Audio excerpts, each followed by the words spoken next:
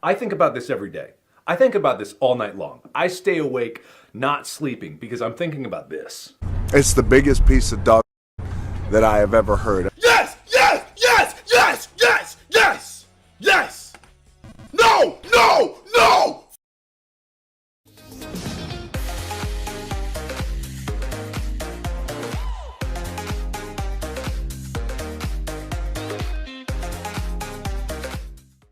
It's pretty clear that the mode of nostalgia is really at its peak with the Hindi film audience. If there is any glimmer of something that they are familiar with, the marketing of those films are really clicking with the masses. So whether it's Sunny Deol returning with a film like Gadar 2 or our very own Pathaan returning after a vanvas of 4 years, there is a genuine want to see stars who ruled once upon a time on the big screen, especially in genres or storylines that are reminiscent of their prime. As all the classic franchises were getting renewed, fans were reminiscing about the golden age of Akshay Kumar comedies and how he was making us roll on the floor laughing with his comic timing with collaborations he did with Priyadarshan, Anis Bazmi and David Dhawan. This led to several of the projects that we consider to be classics to go on the floors, and people absolutely went wild with the announcement that movies like Welcome, Avara Pagal Deewana and Hera Pheri could possibly go on the floors. While Hera Pheri apparently is going through legal trouble, the big announcement of Welcome 3 finally came yesterday, and I could not help but assume the intention behind the film to be an easy cash grab more than anything else. The stacked cast presents us everything from veteran actors, comedic talent, new age actors and stars.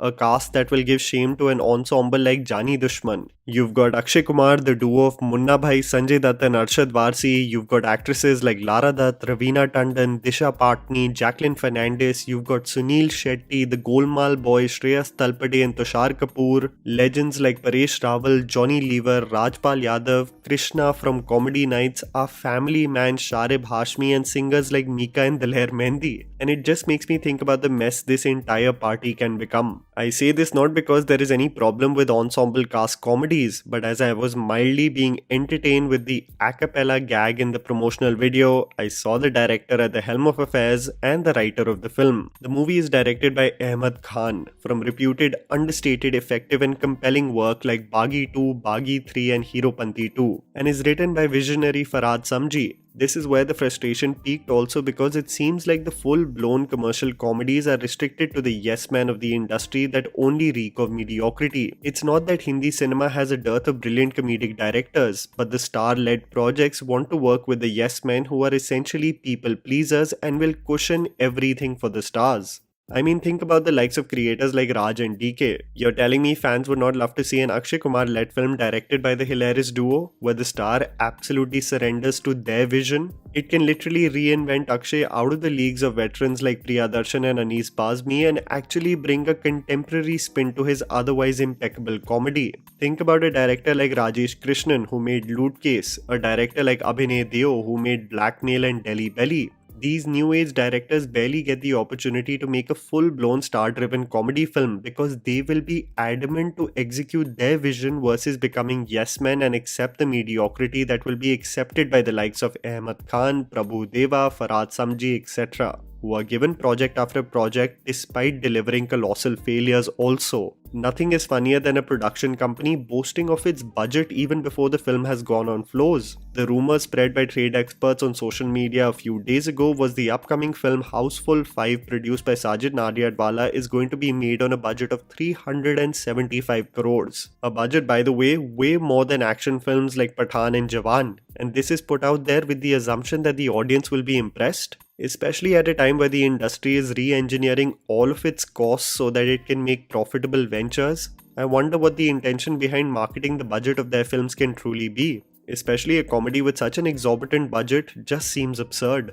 You know, looking at the promo of Welcome to the Jungle, I had several questions. Are all the characters in the promo representative of being in the armed forces? Or is this just an attempt to camouflage themselves as the film is going to be set in the forest? Everyone talks about sanctity and the honor of wearing anything remotely close to the armed forces, and this seems to be a mockery of the same. I miss the old promos that Hindi films used to execute to announce their films. The original welcome announcement had resurfaced where Uday and Majnu are auditioning candidates for their sister, and an Akshay Kumar who looks straight out of the sets of Tashan appears with Paresh Rawal seeking for a girl for marriage. The conniving smile of Anil Kapoor and Nana Patekar describing themselves as the most Sharif Khandan was comedy gold, versus what we see here today in 2023. I mean, the impact of the Welcome franchise was only ruined by the god-awful sequel they made with John Abraham and Shruti Hassan as the new leads. More importantly, a Welcome without the duo of Uday and Majnu almost seems criminal. It seems like the makers can never get anything right in terms of continuity. If the duo is there, then Akshay isn't. If Akshay is there, then the duo isn't. There always seems to be some roadblock after the other. The stacked cast of any comedy films in Hindi cinema is always a troubling sign. You saw it with the likes of Houseful 4, Pagalpanti and Total Dhamal, where the film transitions to just become one unfunny gag after the other and one gets exhausted with its running time. Nobody asked for an addition in the franchise like Race 3 that ruined the legacy of the Abbas Mastan franchise, absolutely changing the plot of the film and becoming a lazy cash grab in the name of Salman stardom. Nobody asked for the sequel of Hero Panti, a film debut that only was memorable because of tiger stunts and was reduced to Nawazuddin Siddiqui playing an effeminate antagonist who could not intimidate even a fly. No one asked for the BDSM and bizarre sequel to Ek Villain that absolutely let go of the warmth and sensitivity that was otherwise present in the love story between the leads in the first film. Nobody asked for the semi-pornographic film Great Grand Masti that objectified women for gags and showcased male infidelity as frivolous comedy. More importantly, nobody asked for Baghi 3, where we followed Tiger shirtless in a foreign location beating up an entire militia with ease,